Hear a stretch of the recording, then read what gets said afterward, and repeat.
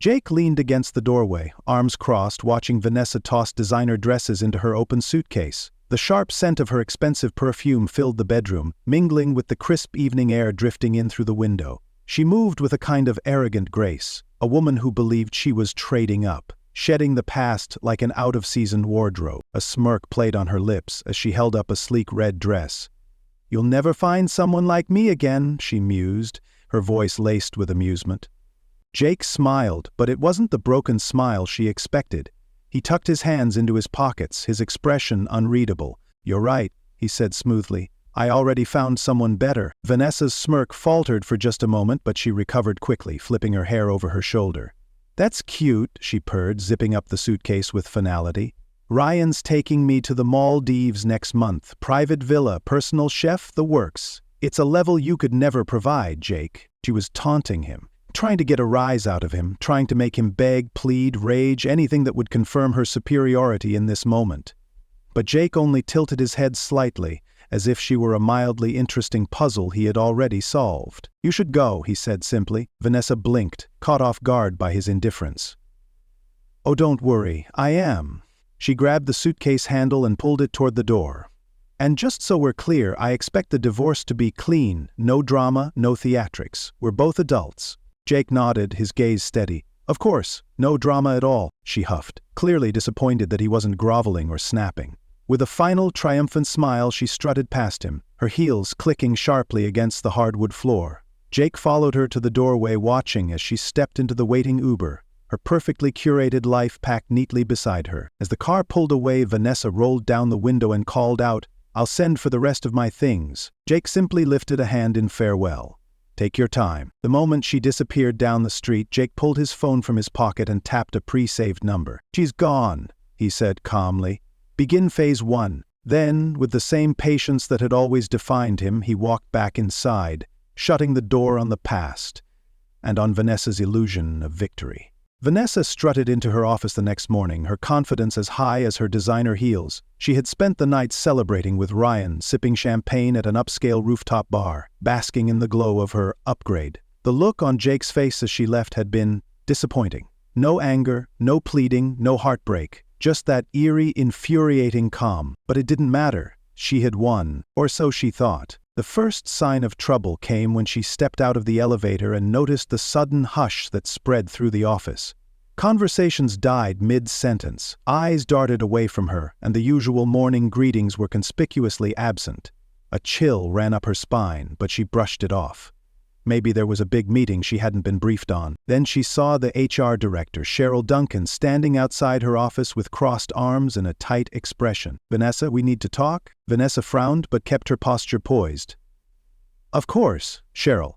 What's going on?" Cheryl gestured for her to step into the glass-walled conference room. As Vanessa entered, she noticed her manager, the company's legal advisor, and a folder sitting ominously on the table. A slow, creeping unease settled in her stomach. Cheryl sat across from her and slid the folder forward. "Vanessa, we've received some concerning information regarding your relationship with Ryan Harper." Vanessa's mouth went dry. "Excuse me?" Cheryl opened the folder, revealing printed screenshots of text messages and emails. Messages she had sent to Ryan. Some of them were flirtatious, some outright explicit. But the worst ones were the discussions about her company's ongoing deals with Ryan's firm. Confidential information.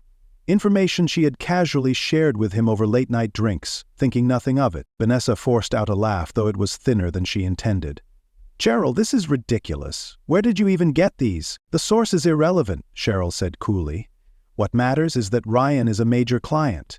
Your relationship with him presents an ethical conflict of interest, one that frankly the company cannot afford to overlook." Vanessa felt her pulse hammering.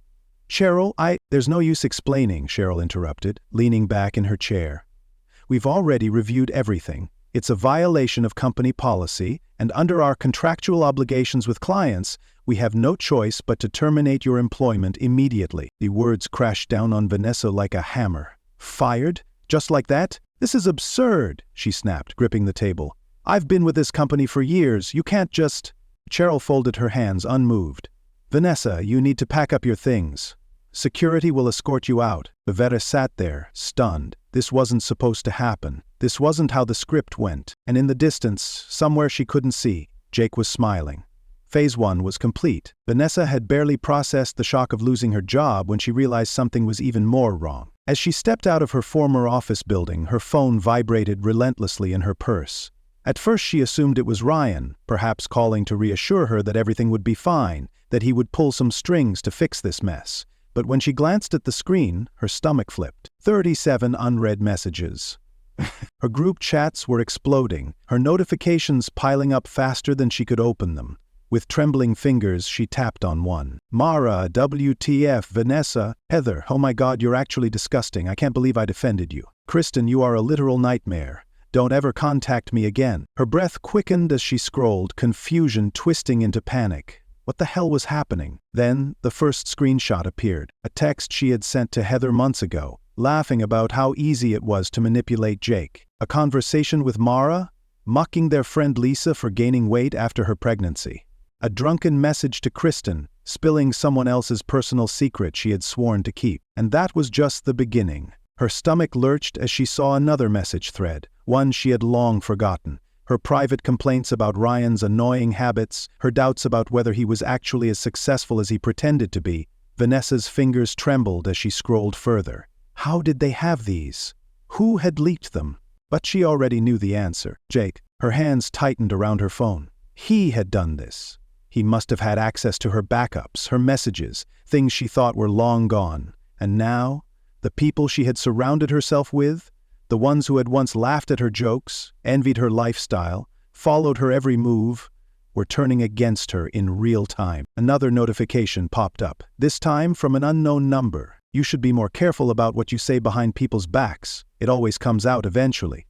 She felt a wave of nausea. Panic turned to desperation as she clicked on Ryan's contact and hit call.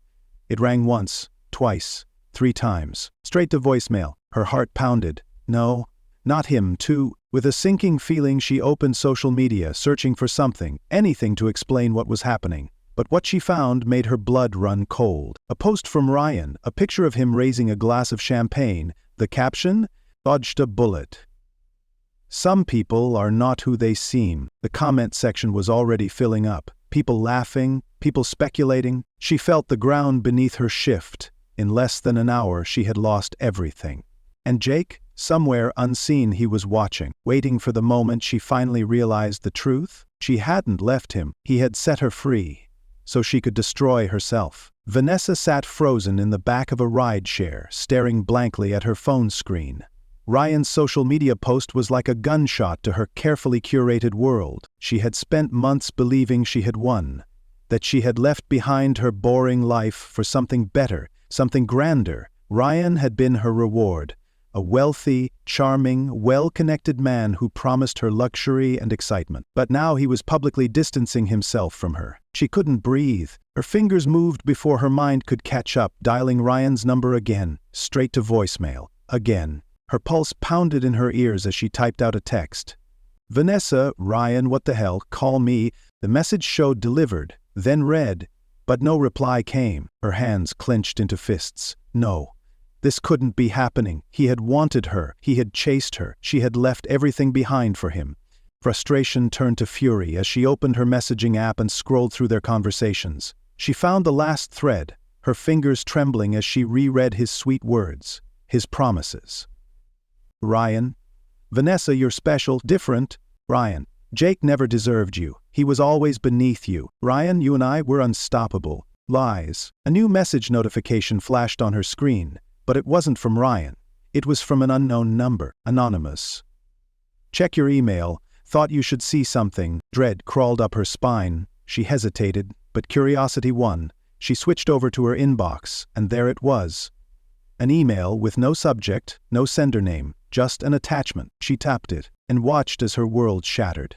For the 3rd time that day, Ryan with another woman, multiple women, pictures, videos, texts. Some dated before she had even left Jake, others from just last week. In one particularly damning message, Ryan had written, Ryan, Vanessa thinks she's special, she's just another one, you know how it is. She felt like she had been punched in the gut. This wasn't real. It couldn't be real. Her vision blurred as she scrolled through the undeniable proof. Every intimate moment she had shared with him was nothing more than a repeat performance, one he had rehearsed with countless women before her. Her stomach churned. She had left her husband for this? She needed answers. Now, her fingers flew across her screen, pulling up their last chat. "Vanessa, Ryan, I need to talk to you right now." A few minutes later, the 3 dots appeared. He was typing. Then, the message came through. "Ryan, I think we should take some time apart. This isn't working." That was it. That was all he had to say. A cruel, sinking realization settled in her chest. She had burned her bridges for a man who never planned to catch her. And the worst part? She knew exactly who had orchestrated her downfall. Jake. He had let her walk straight into her own ruin, and she had never even seen it coming. Vanessa sat alone in her apartment, the lights off, her phone gripped so tightly in her hands that her knuckles turned white. The device had become a symbol of her collapse, a portal to the life she had so confidently built, only to watch it disintegrate before her eyes. Her job? Gone. Her reputation? In flames. Her perfect relationship? A lie. And now, for the first time since she had walked out of Jake's house, she felt something she had never anticipated. Fear. For years she had been untouchable. She had controlled the narrative, dictated the terms. She had been the woman other women envied, the one who always landed on her feet. But tonight, she felt like a child lost in a storm, desperately searching for shelter in a world that had suddenly turned its back on her. The silence was unbearable. Her apartment, once a place of luxury and indulgence, now felt hollow. The emptiness echoed around her, amplifying the crushing weight of her choices. Her fingers hovered over her contacts, her pride warring with her desperation. Then, finally, she tapped his name. Jake. The phone rang once. Twice. Then, voicemail. She swallowed, her throat dry. She hadn't expected him to pick up. Not yet. She tried again. Same result. Panic set in. "Vanessa, Jake, please, I need to talk to you." No response. She tried to convince herself that this wasn't the end, that this was just a setback, that she could find a way back to the life she deserved. Her phone buzzed. She scrambled to grab it, hope surging, only to feel it crash into despair when she saw the name. For a brief second, she considered ignoring it. She wasn't ready for the inevitable disappointment in her mother's voice, the cold reminder that she had once again let everyone down. But something in her shattered pride forced her to answer. "Vanessa." Her mother's voice came through, tight with controlled anger. "I just got off the phone with Aunt Diane. Is it true? Did you really cheat on Jake?" Vanessa squeezed her eyes shut, rubbing her forehead. "Mom, and you lost your job, and Ryan," he practically spat the name, "dumped you. Vanessa, what is wrong with you?" Please," she whispered. But the sharp edge in her mother's voice cut through her defenses. "I defended you," she continued, her voice trembling with restrained rage. "When your father said you were selfish, when your friends said you only cared about yourself, I told them they were wrong, but now—" Her voice cracked. "Now I don't even know who you are." Tears burned in Vanessa's eyes. "Mom, I need help. You need help?"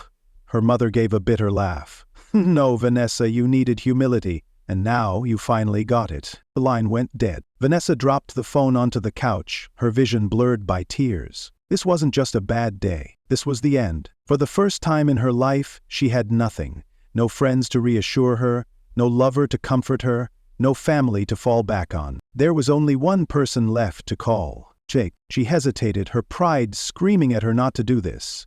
But desperation drowned it out. She typed the message slowly, her hands shaking. "Vanessa, I made a mistake. Can we talk?" She hit send. The message was marked delivered. Then, a few minutes later, read. Vanessa waited. And waited. Then, Jake deleted the message without responding. A cold, final realization settled over her like a weight she could never lift. Jake had moved on. And she had lost everything. The woman who once had it all was now nothing more than a ghost in her own story.